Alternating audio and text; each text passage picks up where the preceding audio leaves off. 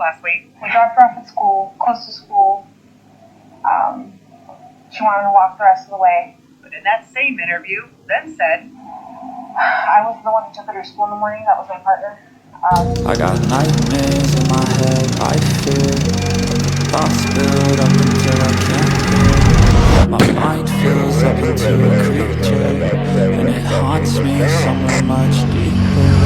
I got nightmares in my head, I fear the thoughts build up until I can't hear. That my mind fills up into a creature, and it haunts me somewhere much deeper. Hello and welcome to True Crime Rocket Science, the most authentic voice in true crime. Going through the tranche of documents, 900 plus pages, there's something horribly inevitable about what was taking place. 37-year-old Stephen Stearns, Madeline's mother's on-again, off-again boyfriend, was clearly not only interested and fixated in a certain kind of arousal, but addicted. And it was escalating. On the night before her death, documents say that Madeline's mom, Jennifer Soto, wanted to sleep alone.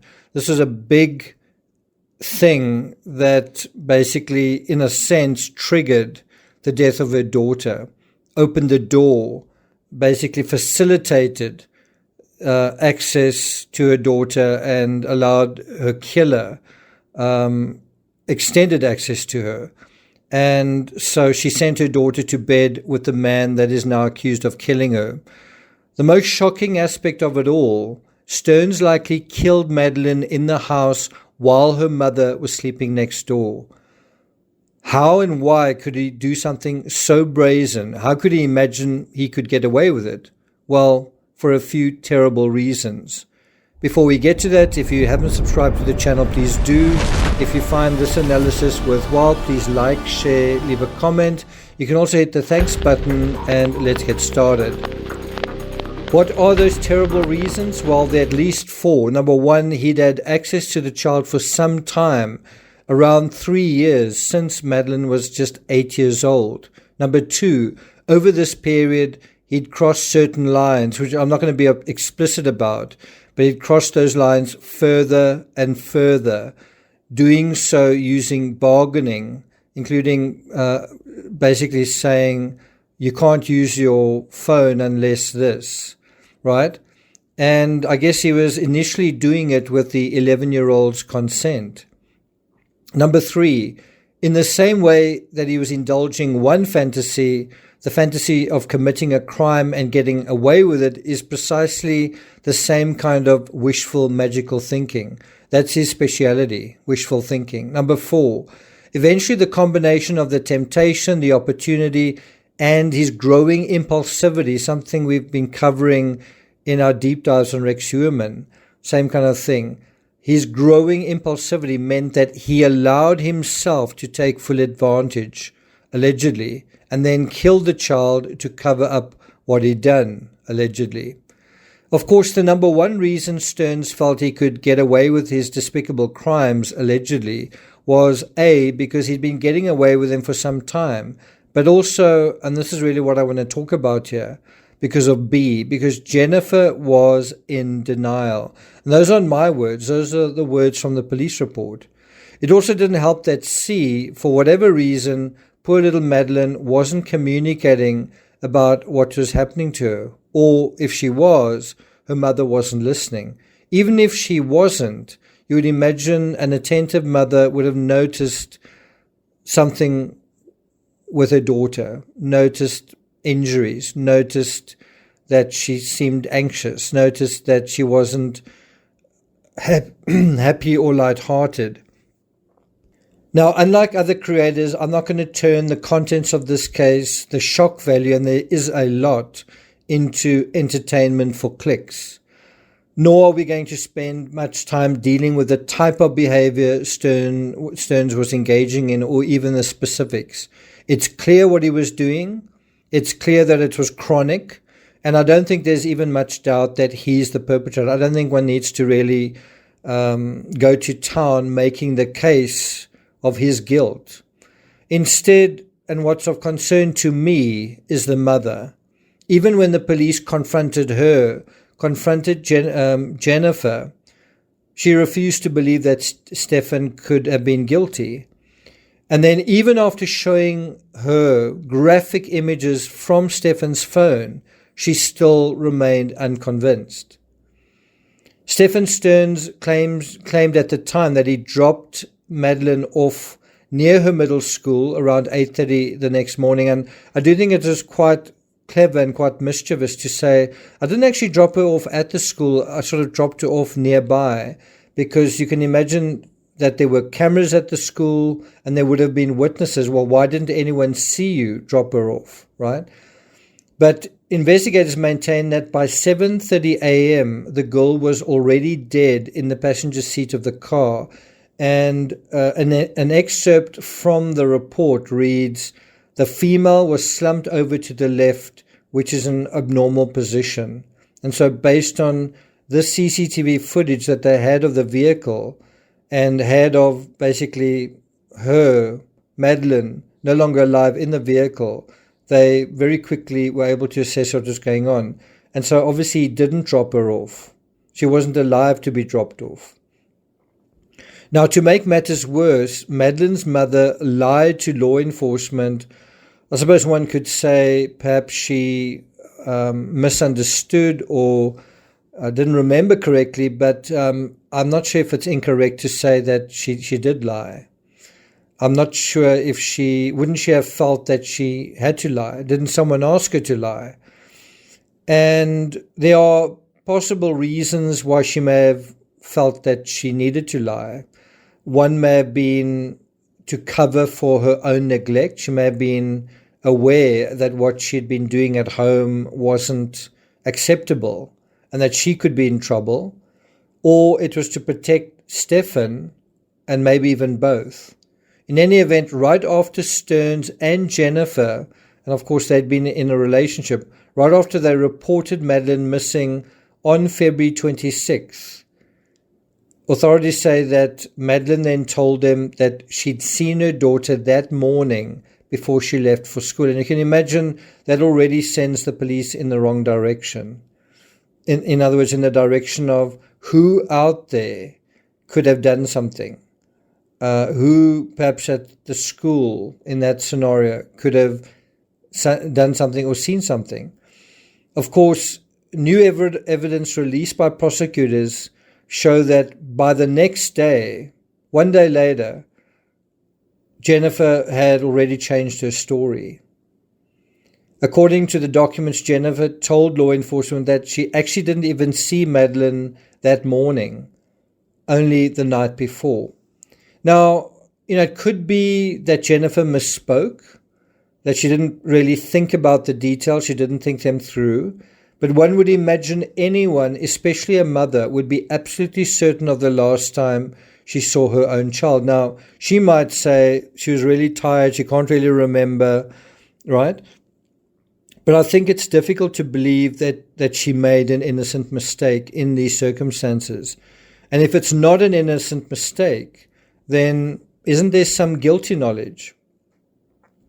Now, according to the article from wesh.com, I'll put a link to it in the description. A detective's report says that Jennifer told them that around 11 p.m. she sent Madeline and Stefan up to the guest bedroom. She said that they all planned to sleep together in the same room, but then Jennifer changed her mind and said that she needed to get some rest due to her new job. And she was very tired and that she would sleep better alone. And one's even got to wonder whether that version of events is true. Was it not Stefan who insisted? Was it not Stefan who asked Madeline to join him, or asked or convinced Jennifer to sleep somewhere else? Was it really a scenario where she was tired? Now, this business of everyone sleeping together in the same bed is very likely how things started going wrong for Madeline to begin with. In the morning, Jennifer admitted that she never actually saw her daughter. According to the report, she was woken up by Stefan taking their dog for a walk at about 7 o'clock or 8 o'clock. So even though she slept alone, right, Stefan got up before she did. And then she also said she didn't hear Madeline getting ready in the morning specifically. What also comes to mind there is, did she not make an effort? Did she not make an effort to find Madeline, to talk to Madeline, to see her off to school? By the way, Stefan wasn't just taking the dog for a walk, he was getting rid of evidence. Madeline was in the house, deceased, with her mother there, and Stefan needed to get her out. He needed somebody else, some unknown predator out there, to be accused of the crimes he just committed instead of him. And this is once again a situation where the most likely suspect when a child dies in the home is someone who knew her very well and had access to her. Think about this case and the Madeleine McCann case and the John Benet Ramsey case. Now, the fact that not only did he get Madeline into the vehicle, apparently without Jennifer noticing, and we don't even know that for a fact, but let's assume that that's true. And then he drives away as well without Jennifer even talking to Madeline that entire morning. Doesn't that tell you something about the low level of supervision coming from the mother? Now, who knows, maybe, again, Stefan convinced the mother that he was looking after her, and that's looking after in inverted commas, and perhaps she trusted him. Now, within the 900-page document, investigators also say surveillance cameras in their Kissimmee apartment complex. By the way, I actually stayed for a day or two in Kissimmee when I was in Florida, but this caught video of Stearns driving his car with Madeline, who seemed to be dead, in the passenger seat at 7:35 a.m. Now, I've also speculated whether that may have happened with Jennifer Doulos, whether she was placed in a vehicle in the seat, deceased, but you wouldn't really perhaps notice if someone was passing because she would, at face value, appear to be sleeping. In any event, Stearns, he wasn't brazen to begin with. He certainly wasn't this brazen to start off with. It was something that slowly manifested as he slowly weaseled his way, and of course the mother's lack of attention, the mother's lack of care meant that he became more and more brazen over time. He took chances and got away with things, and so he took bigger and bigger chances. And that's often how people work. That's how criminality asserts himself, because you're not paying attention, you're not thinking critically. Essentially, you're not caring. And so he got to see a little child more and more, not only as an object, but a disposable object, an object that her mother didn't seem to really care about much. And would her mother really miss her? Would her mother really care? Well, she wasn't caring that much to begin with when she was alive. Well, not sufficiently to take care of her, even though horrible things were happening to her, and for a long time. And all this because, as I say, over time he was allowed to develop unusual access to the little girl. And while this is happening, there's an escalating series of, what can we call it, violations. What's very likely here is that Stearns was addicted to pornography. And I think, did they say there were 1,700 images found on his phone?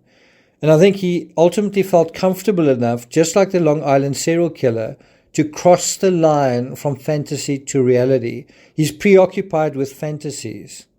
The fantasies are also escalating. And how can he get a bigger kick? And then the temptation, what if I did this with a real person in the real world? And the thing that made him increasingly uncomfortable doing this, besides Madeline's mother herself, was the impulsivity programming, right? He's being programmed to act on impulse, to not delay gratification, but instead to pursue instant gratification because of his porn addiction. Investigators found disturbing evidence on Stearns' phone while conducting their investigation. Even before the teen's body was found in rural Osceola County, Stearns was arrested for the evidence on his phone. The 37-year-old was later indicted on 60 charges. Now, I'm not 100% sure of this. I mean, it seems quite clear, but weren't those charges also related to Madeline or photos of her? Because according to Wesh's reporting, Stearns is accused of targeting Madeline for years, although they use different terms than the word targeting. More documents released by the Office of the Circuit 9 State Attorney Andrew Bain detailed vile acts found on Stearns' cell phone, which Stearns claimed to have accidentally reset. Do you believe that?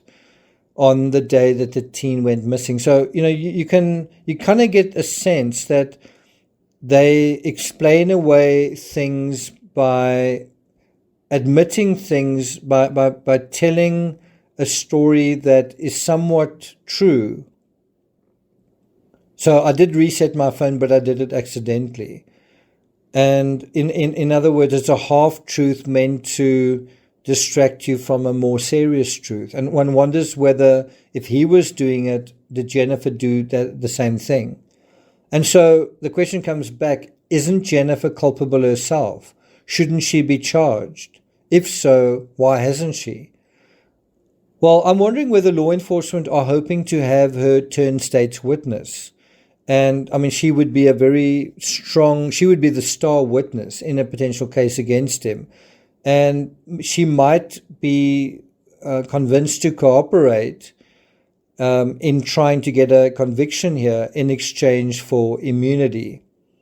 What do you think about that? If you were law enforcement or the prosecutor in this case, would your priority be, I want to make absolutely certain that we put this salivating wolf, a guy like Stearns, behind bars? Should that be the absolute priority, so that no other child can go through what Madeline went through? Or would you say, well, it's a death penalty case, but it's a slam dunk, we've got enough, and the mother is responsible as well, we need to go after her as well, she also needs to be a priority? How would you deal with this? How would you approach it from a legal perspective? Should Jennifer Soto be charged with something? If you think about it, similar charges that have been under discussion in the Ramsey cases. The Ramsey case, the Madeline McCann case. Should Jennifer Soto be charged or accused of neglect? Should that be talked about? At a minimum, what do you guys think? Thank you for listening, and I'll see you guys next time.